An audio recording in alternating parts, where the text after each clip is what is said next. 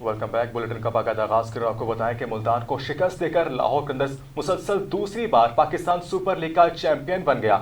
Lahore team पहली बार जिसने PSL में एजाज का दिफा किया। पाकिस्तान सुपर लीग 8 की ट्रॉफी के लिए हतमी मार्का लाहौर कलंदर्स और मुल्तान सुल्तान के दरमियान लाहौर के कजाफी स्टेडियम में हुआ। दिफाई चैंपियन लाहौर कलंदर्स के कप्तान शाहीन अफरीदी ने टॉस जीतकर पहले बैटिंग का फैसला किया और लाहौर ने पहले खेलते हुए मुकर्ररा ओवर्स में 200 रन बनाए और मुल्तान को जीत के लिए 201 रन का हत्फ मिला। लाहौर की जानिब से अब्दुल्ला शफीक 65, फखर जमान 39 और शाहीन अफरीदी ने बरकरफ्तार 15 गेंदों पर 44 रन बनाए। शाहीन अफरीदी ने 5 छक्के और 2 चौके भी लगाए। जवाब में मुल्तान सुल्तान ने डट कर मुकाबला किया, ताहम मुकर्ररा ओवर्स में 199 रन बना सकी और 1 रन से शिकस्त खा गई।